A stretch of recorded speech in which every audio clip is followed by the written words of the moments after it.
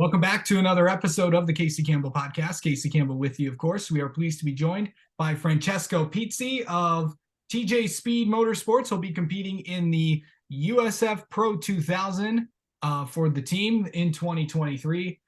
For many people who know him, as of course, he used to be in Formula 3 as well. Of course, Francesco, thank you so much for joining us. Thank you for having me. Okay, so let's first talk about this opportunity. It's going to be something a little different for you, going to the United States and with TJ Speed. Definitely not what you're used to after being, of course, racing in Formula 3 last year. What was making the move? What's it going to be like? Racing in a completely different country, something that you're not used to. What's that going to be like for you? I know you're currently in Italy right now. Yeah.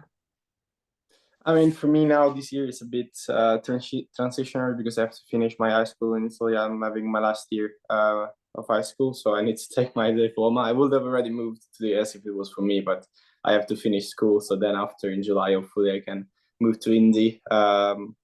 It's a big change for me at the end. It's a big transfer, like racing in the other side of the world from where I used to. And it's a great chance. I think I'm in a good team. So to start already in the US, I think I have the chance to fight for wins hopefully next year. So I hope we can continue on the form we've shown in the testing. But yeah, we will see. It's a great challenge to start with. City circuits, ovals. I'm not used to that. So tires as well are completely different. I think it's not standing starts. So that's already a change for me. It's rolling starts, but we'll see. Yeah. So yeah, kind of talk about that for a second because you're kind of it's going to be completely different. You're not going to be traveling all around the country. Well, you're going to be going to Toronto, but you're mostly going to be racing in the United States instead of traveling around the world like you did last year. What's that going to be like? Just kind of just staying in the United States for most of these races. Well, I think the calendar is done decently well for me as a foreigner, let's say, coming in because there are like races 2 weeks next to each other, so I don't have to go back and forward. So I can kind of get one block to get 2 races done and testing as well. So for before the season, of course, then it's limited after. But I mean, it's gonna be different because at the end, yes, we travel around the world, but it's mostly Europe, and at the end, Europe is less traveled than the old United States. So I still the travel is gonna be a big thing. Many new circuits to learn, and yeah, I think the oval is gonna be a great challenge for me. I mean, I never driven an oval before so far. I've driven city circuits before. I've driven Monaco in the former regional, so I know something about those, but definitely rolling starts of all races. There's going to be new challenges for me, and I hope I can fulfill them next year. Yeah, of this course. year now. Yeah, we're in 2023 already. Rolling, yeah, you mentioned it. Rolling starts are, of course, all the USF series in IndyCar and in the series, and most racing in America has the rolling starts compared to what you're used to with the standing starts in Formula One or in the FIA. What's that going to be like for you to kind of get used to? How big of a change do you think that will be for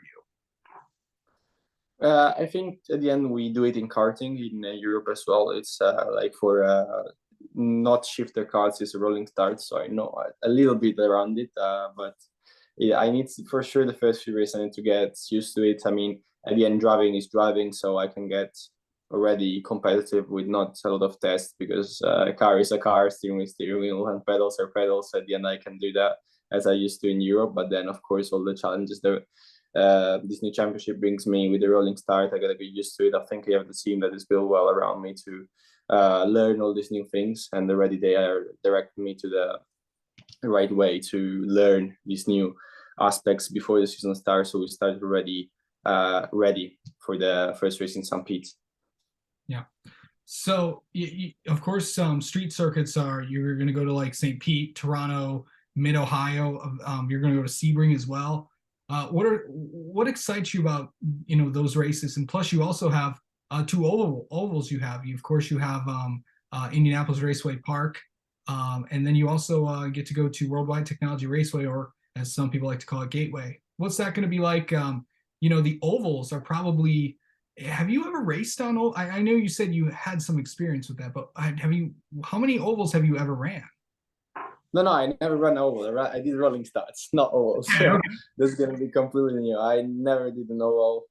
I've of course I watched in the 500s, watched all around the world, so I know a little bit about ovals. But I mean, there are techniques that I need to learn. Of course, is completely different. So I'm lucky to have such experienced engineer as Team Nav to follow me around this season. So I think he can give me a good input to adapt to this new challenge for me. And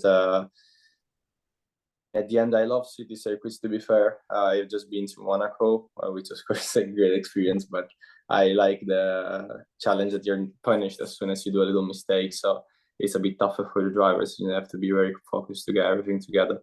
But of course, here the asphalts are very different. I've been to Sebring recently, and compared to what I'm used to, it's very bumpy. For me, I drove in Barber and it was already bumpy, and I was like, this is very bumpy compared to Europe, and I went to Sebring, and that's like a roller coaster for us, just flat Yeah. We tracks. go to Sebring. Yeah, That's where all the bumps are. So it's yeah.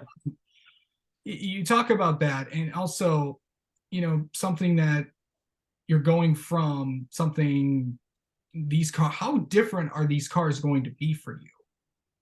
Well, I mean the chassis is kind of similar to our regional or F4, but the tires are very much more performing. I think the tires are even better than what I used to have in F3. We have less downforce though. The F3 is, let's say, faster in its own, but I think with the tires at the end, the times could get quite close.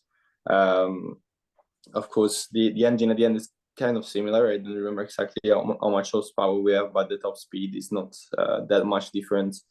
And when I tried the thing I was mostly surprised about is the Cooper tires, and they have so much ladder grip. We're not used to that in Europe. We have to do very V-shaped style of driving because you cannot carry speed into the corners with the Pirellis because you're gonna wear them off. With these ones, you can just do a full race run driving on the same lap time for 20 laps, and they're not gonna drop a 10. Yeah. What are you most excited about going to the United States? I mean, I love the challenge. I came to vacation many times already with my family. I think 3 or 4 times in the past. So I already know the country. I like it. For me as well, I want to try to start studying in the United States the year after. So I'm trying to get enrolled, and hopefully I can start a full immersion. I want to reach IndyCar, of course. That's the main goal. So that's what pushed me to come over. I think there are great chances here. I believe in the road to Indy ladder. I believe it works, and the mostly was for that. I've seen is not the winners, the top performing drivers in these junior formulas from Indy. They all these drivers that deserved it always got their place. So I think it's a great chance for me.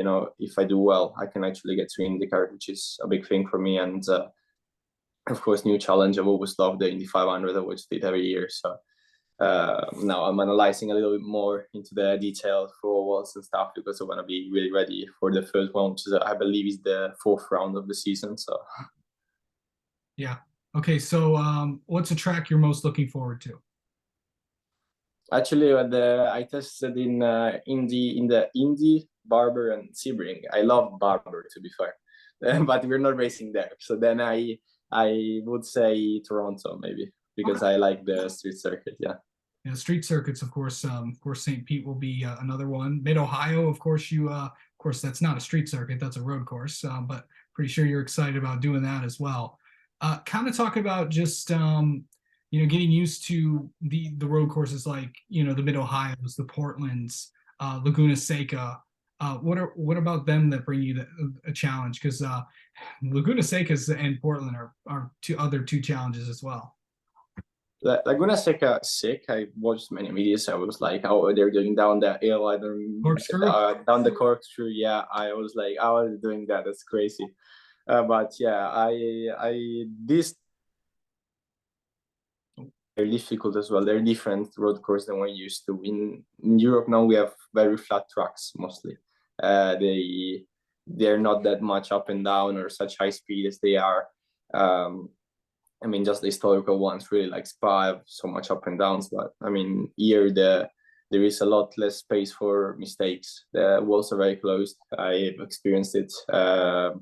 it's very easy to lose the car because you're always running very high speeds, and at the end, this would makes it fun, to be fair, to drive. I found a new me and enjoying driving because you have so many high speed corners in these trucks, and it's just so fun to drive. Yeah. All right. Well, Francesco, thank you so much for coming on and talking with us, and congratulations. And welcome to the road to Indy. Welcome to the USF Pro Championships, and we'll look forward to seeing you out there at St. Pete. Thank you, and thanks for having me.